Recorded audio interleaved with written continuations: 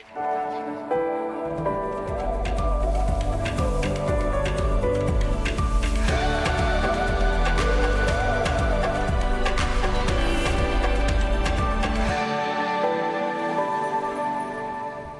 am delighted now to introduce our next hot seat, which is the final session for today, which is titled Striking a Balance. When destinations combine the love of sport with unique destinations, they can create new and varied experiences for travelers. How are sports partnerships changing the face of destination marketing, and to what end? Now, we will hear what lessons can Rwanda share from its journey with sports partnerships. Please help me welcome to stage again Tanya Habimana, together with her panel members. So yes, this next conversation is about sports.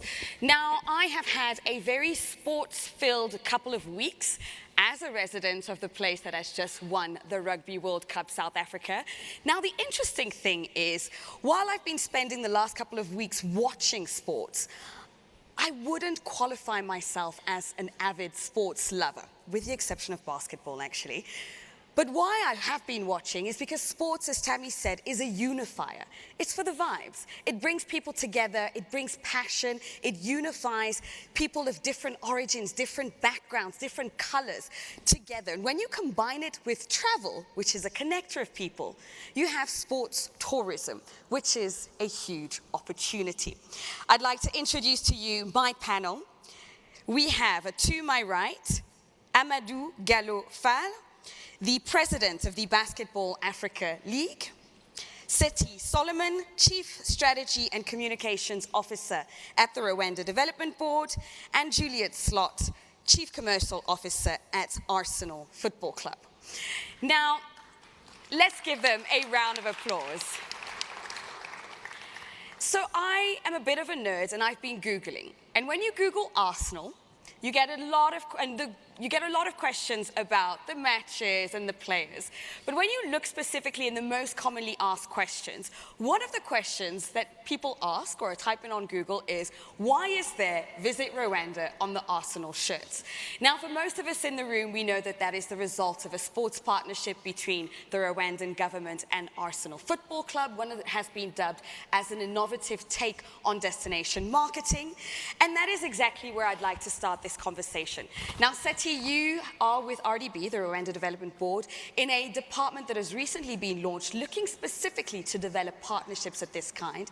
So I'd like to start off by getting just your insights on this. How has the Rwanda sports partnerships helped to shape travel and tourism sector for the country? Thank you. I think you started off well saying the reason why sports partnerships are very important to begin with. Sports has always been part of our culture. It is a unifier indeed, and it is, has always woven into our social fabric of the society. And over the past 4 years, the media valuation of our sports partnership, be it with Arsenal and BAL, has generated over $500 million in media valuation, and that has directly impacted the tourism industry, and that has generated over $445 million as well. And so that kind of helps the whole gamut of the infrastructure of the ecosystem, which means through that now we're able to also produce world-class arenas, hotels, and we're also doing the same thing with our airport. And then, of course, that trickles down again to youth empowerment. Because of our sports partnerships, we are doing a lot of activations with the children, with the youth. And of course, the long-term economic development benefits are tremendous. And so that's one of the main reasons why we chose sports partnership. Okay, now I'd like to hear from the other side of the equation. Both you, Amadou, with BAL, having been hosted here for 3 years running, as well as you, Juliet, with the Arsenal partnership, have been working with the Rwandan government. Juliet, what's in it for Arsenal? I mean, of course, there's the transaction value, but what else? How has it been for you? Well, first of all, I'd like to say thank you very much for having me here today and to Visit Rwanda for being such an amazing partner. So what does it mean to Arsenal? One of the things that we look for in a partnership is a true partnership where we can achieve the objectives of both our supporters, but also the brand that we work with. And I think before we started, very few people in the Arsenal supporter base really understood the opportunity that existed to come to Rwanda on holiday. And since we started, 75% of them now have said they understand that Rwanda is an amazing place to come on holiday. I was talking earlier that football supporters are, by their very nature, travelers. We go to away games, home games, European games, international, and obviously World Cups and European Championships in the case of the national team supporters. And that is what travel is. Travelers come together, they explore the world, and so there's a huge synergy for our supporters with the opportunity to partner with an organization such as Visit Rwanda. And the other part of this was why Rwanda? We believe that Visit Rwanda is one of the most visionary organizations, and that is what we like to be as a football club. There is a coming together of culture and values around what we want to achieve. We as a business, we want to be progressive, always forward, and we feel that Visit Rwanda is an ideal partner for us in that. And finally, we think we can really deliver results, which so far, 5 years in, we've delivered fantastic results for the growth and awareness by having Rwanda on our sleeve, but also bringing through the content that we produce through the eyes of our footballers and our legends that have come to Rwanda to share what it is actually to come here on holiday through people that our supporters really relate to. So it's been a huge success and we're very excited for the future. Wow. And you're 5 years in, Amadou, you're 3 years in, which I'm hearing is there's an extension on the line or something of the sort. But how has it been so far for you in exploring the relationship with Rwanda and hosting the BAL here? Well, first of all, it's always exciting to be in Kigali, the home of the Basketball Africa League finals and playoffs and finals the past 3 years. Yes, as you rightfully noted, this is a place where we were able to launch our league in the middle of the pandemic in 2021. We were able to have the historic launch, 12 teams from 12 different African countries. We brought everybody here in the bubble. Actually, we were staying right here across at the Radisson Hotel.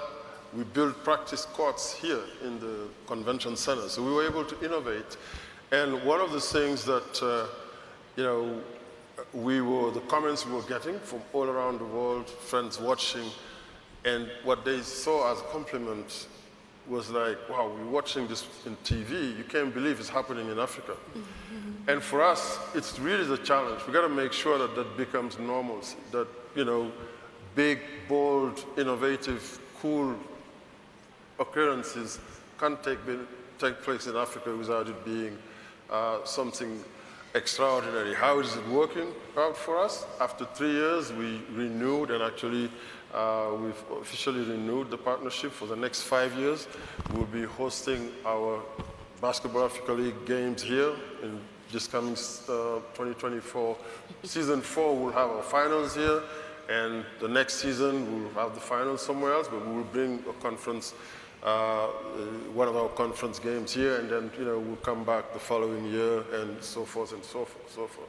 And, I think this place is unique in the sense that that visionary leadership that committed to building the infrastructure, and also the fact that, in the middle of the pandemic, this is the only place we could have done that, not only in Africa, but I really believe from all around the world, gave us the confidence when we talk about the opportunity we have to build the Basketball Africa League into one of the best professional basketball league in the world, because we have the talent on the continent, we have the NBA's best-in-class expertise in terms of operating and commercializing a professional sports league. And then when you have arenas like Kigali Arena, by the way, other places in Africa are starting to really replicate the model. And we launched in the pandemic in 2021, and then 2022, season 2, we were able to go back to what we envisioned, playing in a caravan, going into multiple cities. And I believe Mr. Arnold here talked about it this morning.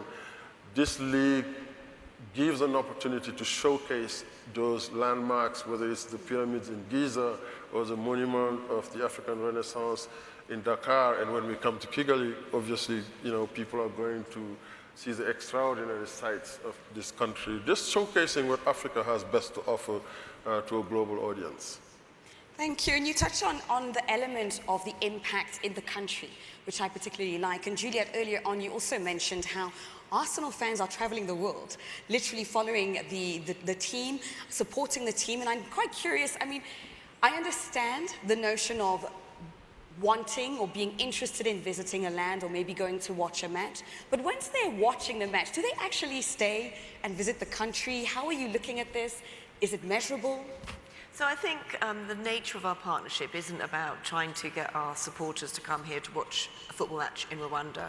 It is to use the global platform that we have as a global football club with over 120 million people that follow us on social media, with 400 million people who watch us on television, to first of all bring the brand awareness to visit Rwanda, as I said, but also to then encourage them outside of watching their sport, but also to come here to partake in the tourism opportunities that exist here.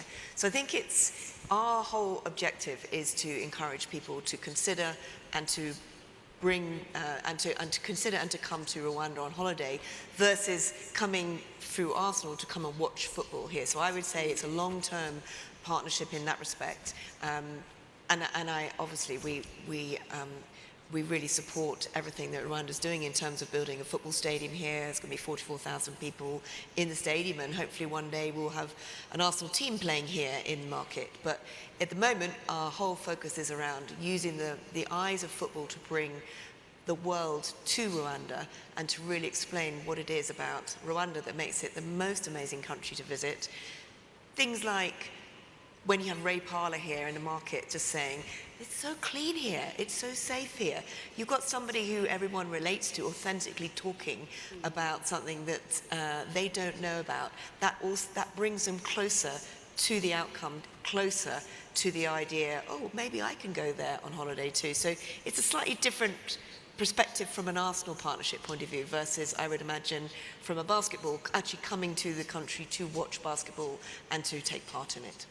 That's it, and I'm glad that you point that out actually, because we've got two models represented here. You've got on the one hand the model of hosting, where you're bringing a league, you're bringing matches, you're bringing people to a destination, and you've got the model of partnership, which is brand value, as you mentioned. And I guess where I'm curious to hear from you, Seti, is this it?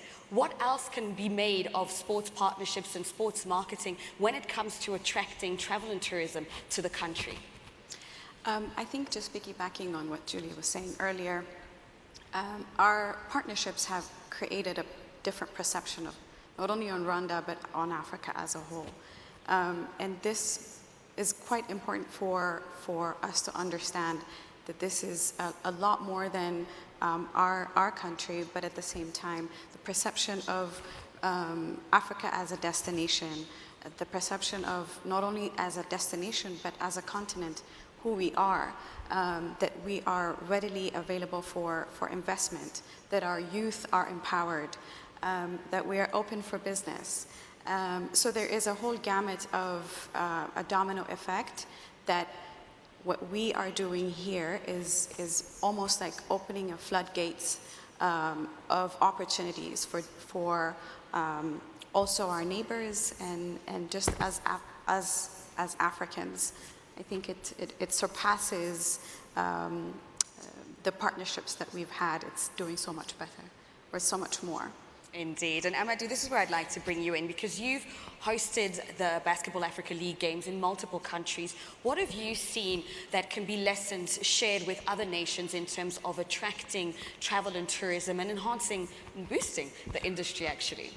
Well, I think just straightforward, like we host our finals here. We bring 8 teams, call it, it's close to just 200 people when you count players and coaches and, you know, some of the personnel that you have coming to kind of put the operations together. And then you have fans now traveling in from all over the world. We went from a bubble in 2021 to now, you know, in season 2, playing in Dakar and playing in Cairo and coming back here for the with our finals, the final 8. You got games that are broadcasted in 200 plus more than 200 countries around the world. I mean, this is the African diaspora and people from all around the world having an interest in coming and visiting the continent, but also watching some extraordinary basketball. One of the things that we're most proud of is that this league is bigger than just the sport. The game on the court is going to remain the core. We want to make sure that the product is, superb. We have talent that we are going to continue to attract from all around the world, but also we want to give an opportunity for the talent that is going to be inbred, developed here on the continent, to have a platform to be showcased. So when you have all that, and then you bring in all the elements of the creative industry, when we are here in Kigali for a span of 10 days, it's not just the games you're going to go see at Kigali Arena, but you have some of the best fashion designers on the continent coming here, and more, these things are happening organically, but obviously there is an opportunity working with our partners at RDB to really influence the growth of those creative industries that is going to also equally add to what we are doing at the sporting level. Basketball is at sports, I believe, where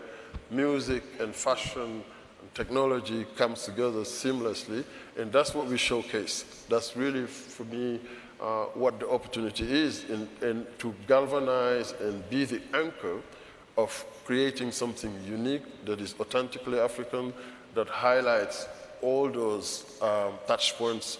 You see what Afrobeat is doing all around the world. And when we host our games here, we bring those artists not only to sit courtside, but to perform also for our fans. That's the value that we're going to look to continue to create, using the game of basketball as just the convener. And that's amazing. And that's one of the things, yes, a round of applause for the work that you're doing, and how sports can truly be a connector. Bringing together, it brings culture, it brings music, it brings entertainment, and I'm glad that you bring those elements in, because Juliet and I, it's not about a logo, is it? It's not about putting a logo on a t-shirt. There's more to this. So how do you view nations when they engage in sports partnerships and sports marketing and sports tourism? How can they truly leverage, monetize, and maximize the opportunity? A great question. I think because you can do it badly. I think one of the things that works really well for us with Rwanda is when we started the partnership, probably even before it was even signed, we looked at what are the core markets that they're looking to try and attract from, what are the segmentation of the types of people who would already come here, and how can we then use our global audience to grow that, and how can we target our content around those segments. So when we put things out through social media, we can also actually really direct through our direct consumer email marketing campaigns in partnership with Rwanda to, for example, people in the west coast of America, which is a really big market opportunity for Rwanda. Or in the UK to certain different types of social demographics within our own supporter base, so that you can really be targeted in how you tell the story and to whom you tell that story. So I think you've got the different levels of a partnership that you have with someone like ourselves or any other football club or any other sports organization. You've got the global brand awareness that can be achieved through the logos, and the logos on our LED and the logos on our playing shirt. But you've also got the targeted communications that you can do through the different rights that we offer, and through the content that we can create, and the stories that we can tell through that content, through the different mediums of players and past legends, which allows it to really connect with the audience, that hopefully makes them feel closer to Rwanda and therefore have a more propensity to consider coming here on holiday. And I think it has to be a really through-the-line marketing campaign to really, really work and to really give a value and a return on investment, because ultimately that's what we want to do. If it didn't return on investment, we wouldn't have renewed with Rwanda 2 years ago, but we were able to demonstrate that we were driving awareness, we were driving consideration and driving people to actually come here. And so we will build on that. And I think that's the nature of a really successful partnership.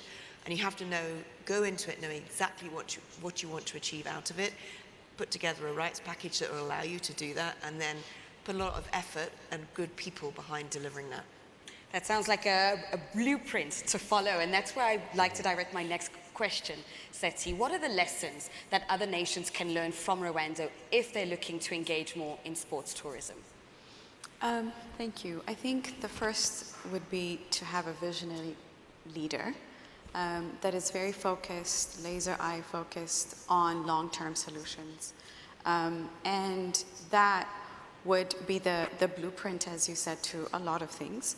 And then I think the second aspect of things is to always have the youth as the center of whatever we are thinking about, because they're the sustainable future of our world, I would say. And to taking calculated risks on a regular basis. As long as there is a long-term vision, calculated risk is part of it, I think. And finally, that will also always to think about infrastructure development, because that's also another key ingredient that will enable a larger aspect of things. And that's something that you've been doing, Amadou, with BAL, infrastructure development, but also linking it back to the youth and your training camps. So looking at the work that you've been doing on the continent, hosting the different matches with the training centers as well, how has BAL enhanced the travel and tourism sector and positively affected the lives of the people of Africa? Well, when we say it's bigger than basketball, what we mean is we want to grow an entire ecosystem. We want to grow an industry around basketball and be the catalyst for the growth of a robust sports business industry in Africa, where other sports also will play their part. I was recently in Dar es Salaam at the launch of the African Football League. I mean, an incredible event, and I think Visit Rwanda is also a partner there.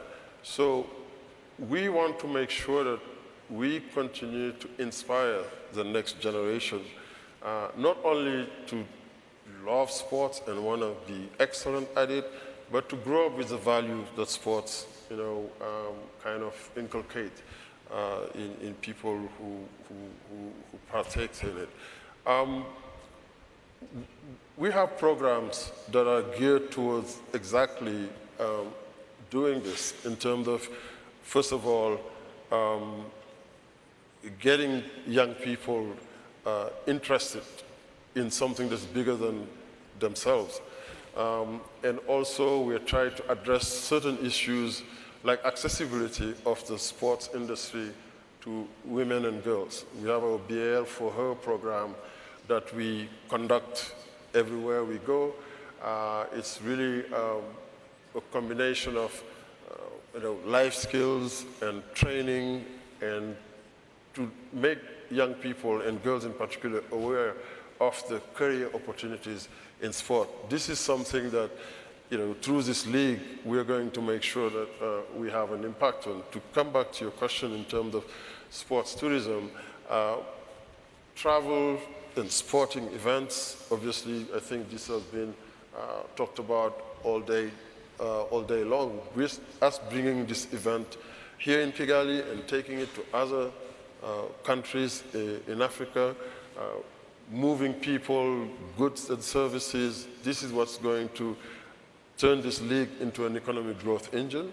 Obviously, there is nothing better than sport, I think, to promote or brand a country. I've seen it work, in other places, whether it's Lithuania back in the early 90s when they were with their national team, how they really went in the US to promote, this is after they just came out of the Soviet Union, and they had some of the best talent in the USSR team at the time.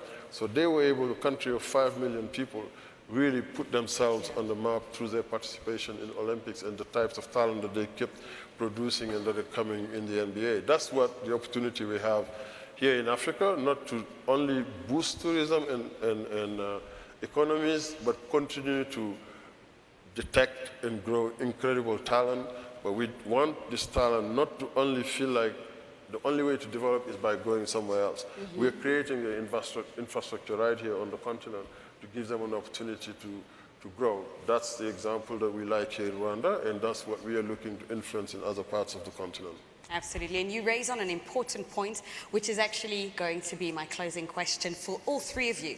How can and does sport tourism raise a country's profile, and how can it connect people? And Seti, I'd like to start with you. Thank you. Probably just to even have a physical aspect of things, this event today, WTTC, is an effect of sports partnership. This is one of the things that we do.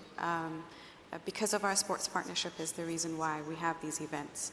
It's the money that's generated, the media valuation that's generated is why today we're sitting here and hosting an event like this, one of the first ones in Africa, and we continue to do so. And I think that would be the first physical sense to visualize in terms of how sports partnership really delves in so much more.